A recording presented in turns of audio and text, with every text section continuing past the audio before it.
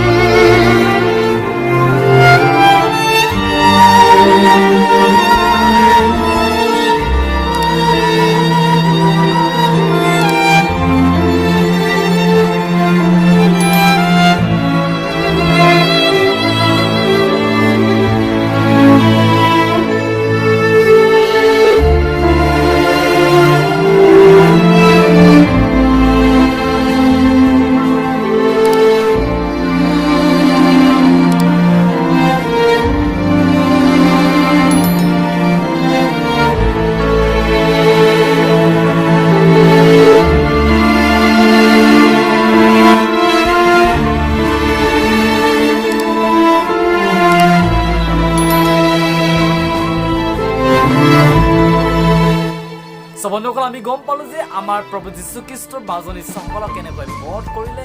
So এই video আপোনালোকৰ কাৰণে অকমান যদি হেল্পফুল হ'ল ভিডিওটো জৰুৰ লাইক কৰিব, কমেন্ট কৰিব আৰু শ্বেয়াৰ কৰিব। আৰু যদি মোৰ চেনেললৈ আপোনালোকে নতুনকৈ আহিছে যেতিয়া চেনেলটো সাবস্ক্ৰাইব কৰি দিব আৰু ওচৰত থকা বেল আইকনখন প্ৰেছ কৰি দিব যাতে মই নতুন ভিডিও আপলোড কৰাৰ লগে লগে আপোনালোকে এই ভিডিঅ'ৰ